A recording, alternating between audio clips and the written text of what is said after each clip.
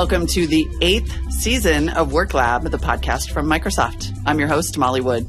On Work Lab, we hear from experts about the future of work, from how to use AI effectively to what it will take to stay ahead in business. So what I go and tell CEOs of big companies is no one built a great business by cutting costs. What's really interesting is what you can do to do more and to deliver more. Today, I'm talking to entrepreneur and author Azeem Azhar. For nearly a decade, he's published the Exponential View newsletter, which breaks down the ways technology is transforming every aspect of our life and work. He also serves on the World Economic Forum's Global Futures Council. He joined us to share valuable insights on how we can adapt and succeed at a time when change is constantly accelerating. And now, my conversation with Azeem. Azeem, thanks so much for joining me. Well, thank you for having me, Molly. So for people who aren't familiar with your newsletter, Exponential View, can you give us sort of an overview of the topics that you explore in your writing and speaking and interviews and various explorations? Absolutely. The title, in a way, gives it away. Exponential, it's about fast-changing technologies. The one that matters most at the moment is artificial intelligence. So that has formed the backbone of what I've written about over a decade, but there are other exponential technologies as well. So what's happening in the new energy system with the cost of solar panels falling exponentially, the same is happening with batteries. It's happening in the worlds of biology, where gene sequencing and genomics and proteomics are getting exponentially more accessible. And I try to bring all of those together through my own framework, which is about why these technologies get cheap, what happens when they get cheap, and how does that then manifest itself first in business, then in the economy, and finally in society. Having seen so many of these disruptions, what's the high-level advice about how to adapt your business and your culture? The reality is that there is no rule book. And I think one of the challenges for any business person is that they've been able to operate in a world where there has been a rule book, and they've been able to get that rule book from business school. They've been able to get it from a textbook or a dummy's guide, which is normally the place I turn to. But what happens in a world where there isn't a rule book because everything is being made up as we go along?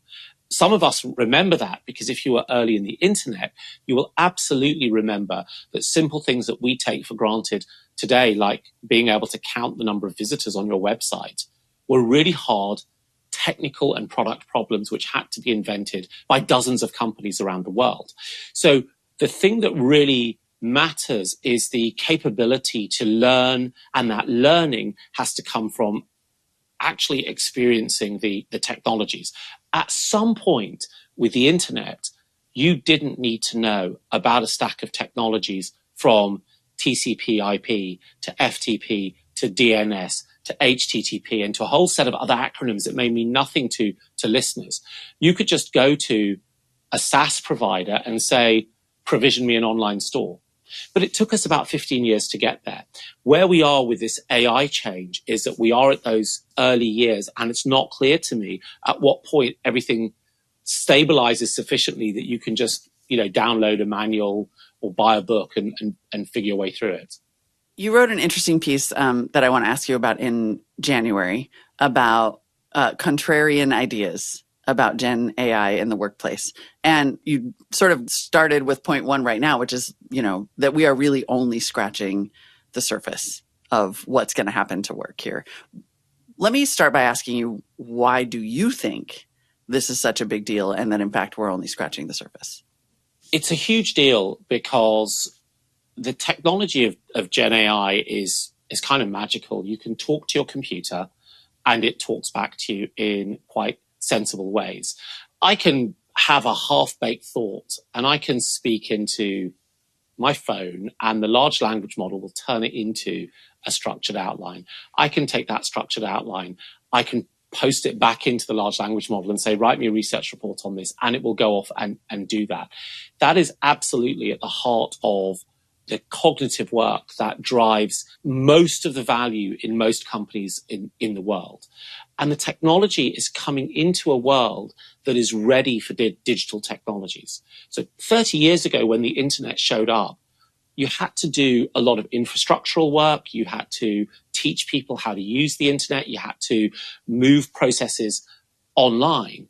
Over the last 30 years, companies have gone through a process of, business process reengineering, transformation, digital transformation. Everything is now digital. And so this new technology, which has got this magical component where I can just talk to it and it can talk back to me and do quite sophisticated things, is now also available like that at the snap of the fingers. And, Microsoft has demonstrated that. It's done it. It's put Copilot and a whole load of other AI tools in the hands of, probably hundreds of millions of workers in a matter of a couple of years. So the combination of a really powerful, easy to use technology onto the desks of loads of workers, I think kind of creates a completely new and unparalleled situation. So one of the evolutions that business leaders are struggling to keep up with is that they're just getting a handle on the capabilities of AI assistants, right? Like Microsoft Copilot. But now they also have to wrap their heads around the potential of Copilot plus agents. One of the things I would say is that the speed with which people are adapting to assistance is pretty remarkable. And I think historians in a few years will be able to look back and give us accurate data as to whether it's quicker than, say, the internet, which I think it does feel like it's quicker than the internet. What is an agent rather than an assistant? Well, in an assistant, we sit in a world where effectively there's a kind of query and response between me and the AI system. I might say, improve the phrasing of this letter to my lawyer and send that in, and it will go off and improve the phrasing and send me the result. With an agent, what I can start to do is have it undertake a more open-ended, multi-step task that may actually have a goal. And what that's doing is it's taking me out of the loop in those intermediate tasks. I'll give you an example of one agent system that I use. This is a system where I want to essentially access a brain's trust to improve the quality of messaging in something that I might be sending out. I will have 4 different AIs. One of those AIs acts as a moderator and the other 3 act as members of a focus group. And I can take my material and send it to the moderator and say, please have the focus group criticize and improve this until they all agree that we've got something that scores 10 out of 10 on how compelling it is. I will put that query in. The moderating agent will run that process. It'll take 3 or 4 minutes. It'll cost me 10 cents, maybe 15 cents. And at the end of it, it'll come back saying, right, this is much more compelling messaging as these particular agents agree. Now, each agent has a persona. This one is like a 45-year-old marketing manager, and this one's like a 37-year-old early adopter of technology, and so on. We've given them those personas, and that process runs in of itself, and what comes out at the end works about half the time, is often more compelling in some sense than what went in. So that's an example of using an agent-based workflow where if I hadn't done that, I would have been clicking and pressing and copying and pasting from tab to tab to tab. And guess what? I would have made lots of mistakes and got very bored. Right. You've said, for example, that in the future we will have hundreds of agents working on our behalf. How does that reshape business? Well, let's go one step at a time then. So I've given you an example of using a set of agents to construct a virtual focus group that helps me from time to time. What I do when I look at using AI is I'm really interested in using AI to improve the high-value tasks I undertake. Some other people prefer other approaches, like using agents to schedule their meetings for them. But that for me is it's a low-cost task. I don't really need to automate it. If I can get help on the things that really drive my business, that's where I want the help. So that's one example of a task, the agent model. Another example is using the tools to do really, really detailed research. What I can do with deep research is I can ask it a particularly tough question that might be about market dynamics, or it might be about a technology area that I'm interested in investing in. Deep research will turn that into a research question and go away for between 5 minutes and, in one case, 75 minutes to produce an annotated multi-thousand word report with references to academic and mainstream news sources. And it's really, really quite impressive. I would say it is about as impressive as having a couple of junior analysts working together for a couple of days. So really impressive, but you would never trust it, right? You'd always work on what the juniors have produced. So I think that gives you a flavor, but then you've still asked me this final question is what does it do for business, right? I think that's really the big question. Fundamentally, what we keep coming back to is it's a question of leadership, adaptation, and adoption.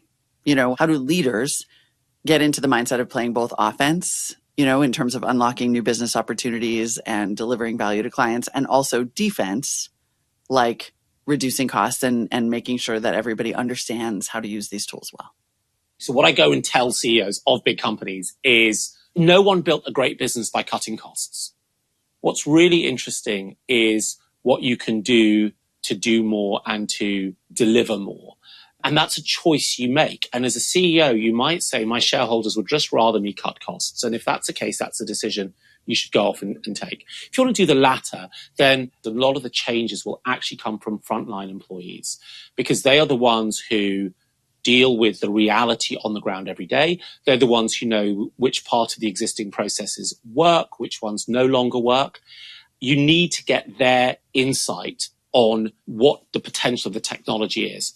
The other side is what the CEO knows, understands, and most importantly, feels. Do they feel this is going to be a radical breakthrough technology? Because if they don't, they will only ever sign off a checkbox on a slide presentation from a consultancy. They will never really believe and drive their team forward. Now, I have personal experience of this because in my first job, when I worked as a journalist and to put the Guardian newspaper in the UK online, the deputy editor who went on to become the editor, Alan Rusbridger, felt and believed the internet was going to be transformative to the media business. He felt and believed it in 1994. And so I've been really lucky for my first experience to not have to push water uphill. It's hard, I think, to make a radical change without a sense of belief and a sense of intentionality. I think what you can do as a leader is you can get buy-in. You can say, look, I've bought into AI and we're putting AI in customer service, we're putting AI in fraud detection. That reminds me a little bit of the very first car manufacturers at the turn of the 20th century who bought into electricity by hanging a pendant light in the workshop so workers could work an extra hour or more. But the person who believed in electricity was Henry Ford. And he realized with electricity, you could build cars in a completely different way through a production line. That is an excellent analogy. Okay, now tell us how that looks in a business deploying AI as a light bulb versus deploying it to automate a factory.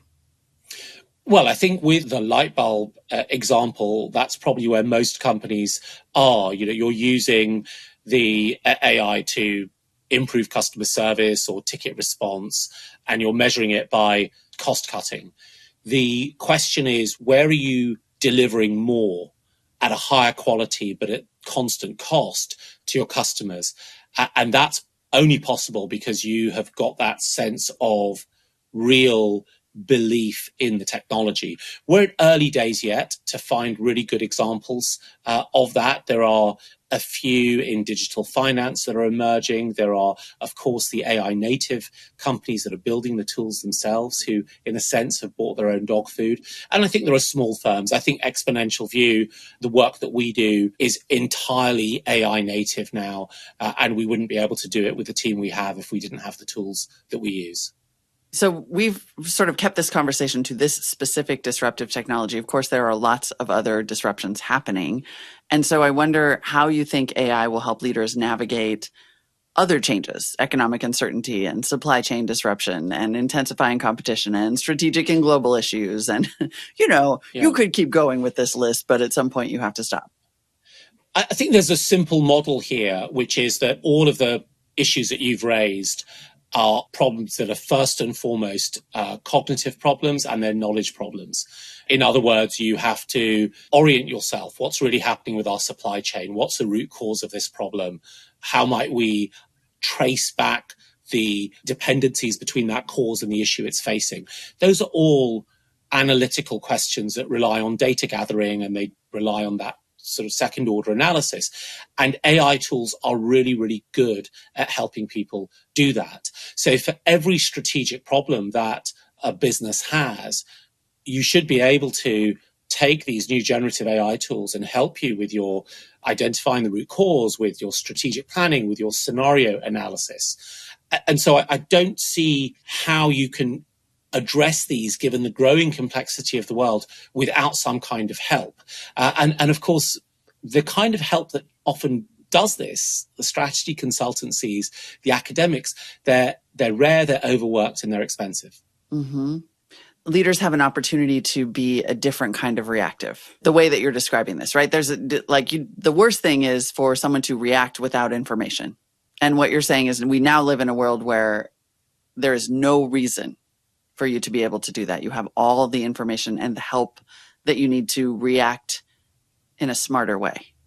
You have all the information and you have the abilities to process large amounts of unstructured information and come out with real insights to help you act. Of course, then acting on it is still complex. You have to persuade your leadership team.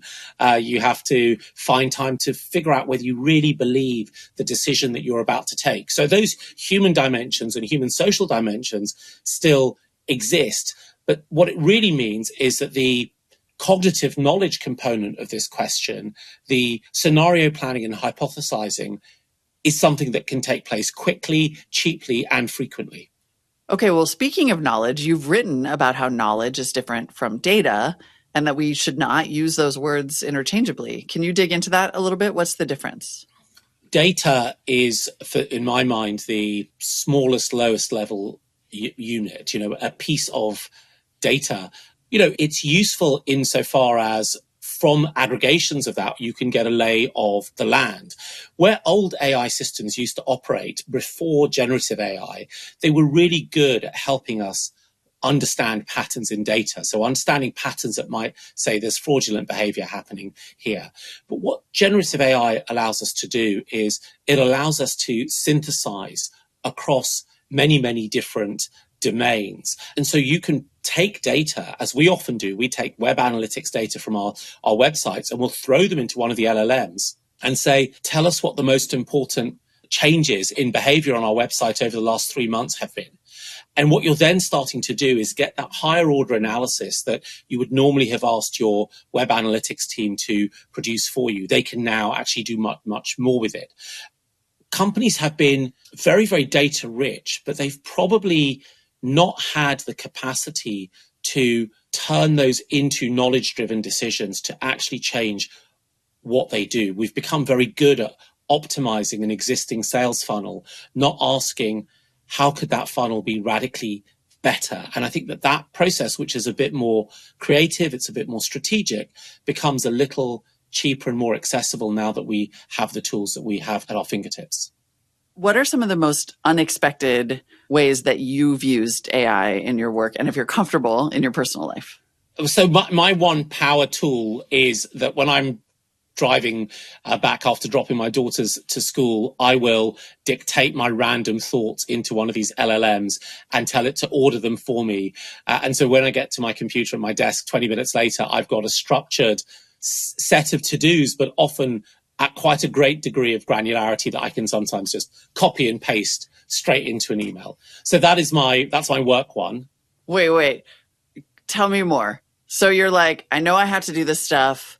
I need to blah, blah, blah, and I need to do this, and I need to email this person. I need to follow up on this. And then you say, like, can you prioritize these for me? I need an example of this because I am doing this immediately.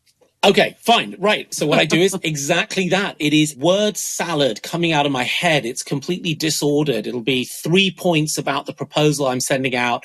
Then it'll be a couple of things about a contract. Then I'll go back to the proposal and I will say to the LLM, reorganize that so it makes sense, put it in bullet points in a structured way. Thank you. I'm always very polite to these systems. And it'll go off and do that while I'm driving, and then I'll get out of the car and I'll go to my desk and it'll be ready for me to act on. And I get it out of my head. Amazing work hack. Yeah. Are you comfortable sharing any things that you do with your normal life? For example, I just asked AI to help me plan my son's 18th birthday party. I'm sorry, kiddo. I just need a little advice here. Oh, congratulations to you and to your son. I actually have found this is the first technology in 25, 30 years that has given me time back. I get so much done so quickly. I get tired. The machines don't get tired. And I have had time for hobbies and reading and not being at my desk, even when I get really busy. So that, I suppose, is the way it's impacted my, my personal life. Are there opportunities and challenges for AI at work that we did not touch on? Is there what have we missed? I think the big challenge is going to be that it really breaks the assumptions and the boundaries of what someone's job is. And so in organizations that are not fluid learning organizations, which is the case in for many, it's going to really, really challenge the nature of a person's work, why they work, how they work, and where that handoff to the next person is. And I think that's really going to be a question that companies will struggle with and wrestle with. And it'll be a few years before we know what the answer is. And then finally, if you fast forward 3 to 5 years, what do you think will be the most profound change in the way we work? That's an almost impossible question because the speed of change is really, really dramatic. What I would hope is that we are able to rehumanize many aspects of work and allow people to spend time in areas which humans really enjoy. And that will maybe in the social dimension, it may be in the creative or strategic dimension, or it might also just be in the dimension of ownership and getting things done. If these tools do enable that degree of productivity, that might be how work gets reshaped. I mean, getting there will be complicated because there'll be a lot of transition, there'll be a lot of companies that will fail, there'll be companies that succeed, but we'd hope that the work will end up being more human and less mechanistic. I love that. Better humans thanks to machines. Azeem Azhar, thank you so much for the time. It's my pleasure. Thank you.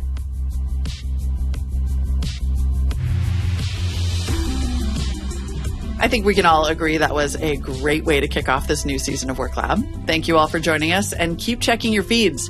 We have more fascinating guests on the way with actionable insights that can help leaders develop an AI-first mindset, reorient their business for an era of abundant expertise, and maximize the ROI of AI. If you've got a question or a comment, please drop us an email at worklab@microsoft.com and check out Microsoft's Work Trend Indexes and the WorkLab digital publication, where you'll find all our episodes along with thoughtful stories that explore how business leaders are thriving in today's new world of work. You can find all of that at microsoft.com/worklab. As for this podcast, please, if you don't mind, rate us, review us, and follow us wherever you listen. It helps us out a ton. The Work Lab podcast is a place for experts to share their insights and opinions. As students of the future of work, Microsoft values inputs from a diverse set of voices. That said, the opinions and findings of our guests are their own, and they may not necessarily reflect Microsoft's own research or positions. Work Lab is produced by Microsoft with Godfrey Dadich Partners and Reasonable Volume. I'm your host, Molly Wood. Sharon Calander and Matthew Duncan produced this podcast. Jessica Volker is the Work Lab editor.